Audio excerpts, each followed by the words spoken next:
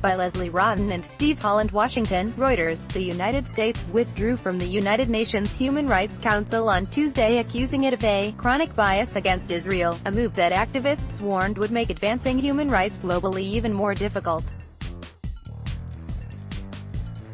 Standing with U.S. Secretary of State Mike Pompeo, Haley slammed Russia, China, Cuba and Egypt for thwarting U.S. efforts to reform the council.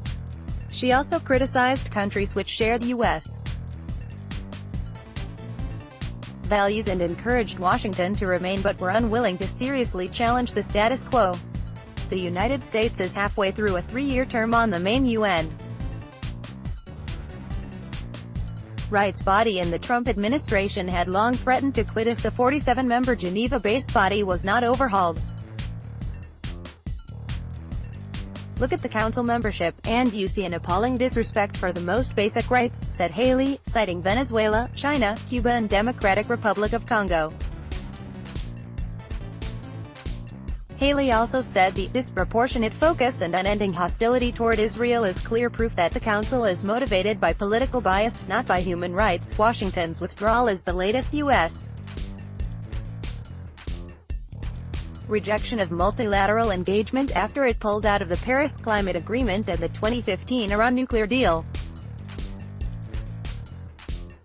It also comes as the United States faces intense criticism for detaining children separated from their immigrant parents at the U.S.-Mexico border.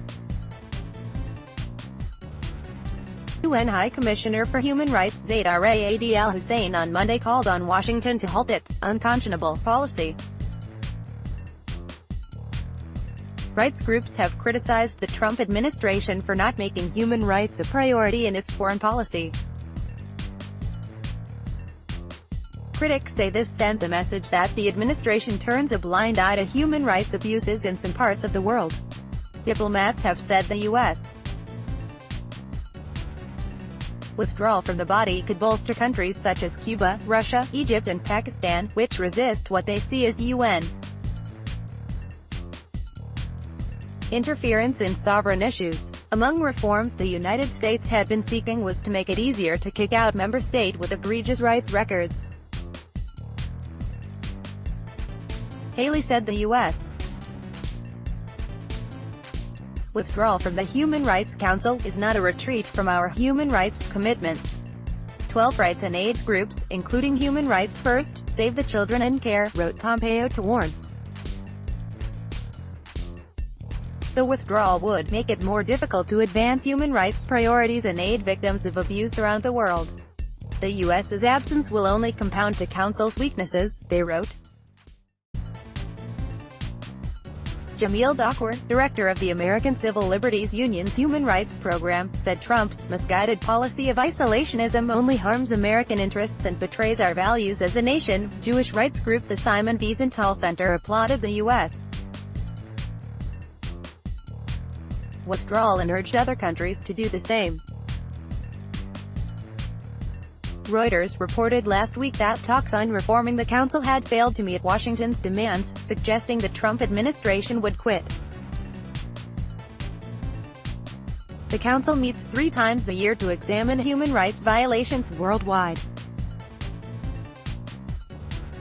It has mandated independent investigators to look at situations including Syria, North Korea, Myanmar and South Sudan. Its resolutions are not legally binding but carry moral authority. Speaking before the U.S. announcement, UN spokesman Stéphane Dujarric said Secretary General Antonio Guterres is a strong believer in the human rights architecture of the UN and the active participation of all states. When the council was created in 2006, U.S. President George W. Bush's administration shunned the body. Under President Barack Obama, the United States was elected for a maximum 2 consecutive terms on the council by the UN General Assembly. After a year off, Washington was re-elected in 2016 for its current 3rd term. In March 2011, the UN General Assembly unanimously suspended Libya's membership in the council because of violence against protesters by forces loyal to Libyan leader Muammar Gaddafi. but UN officials said no member has withdrawn.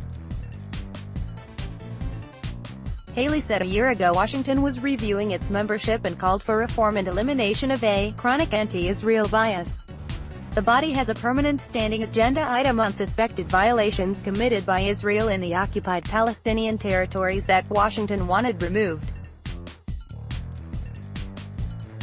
The council last month voted to probe killings in Gaza and accused Israel of using excessive force.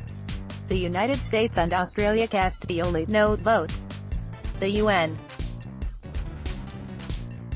Human Rights Council has played an important role in such countries as North Korea, Syria, Myanmar and South Sudan, but all Trump seems to care about is defending Israel, said Human Rights Watch Executive Director Ken Roth. Additional reporting by Michelle Nichols at the United Nations and Stephanie Nebahay in Geneva, editing by Steve Orlovska and James Dalglish. Download. Do you have information you want to share with HuffPost? Here's how.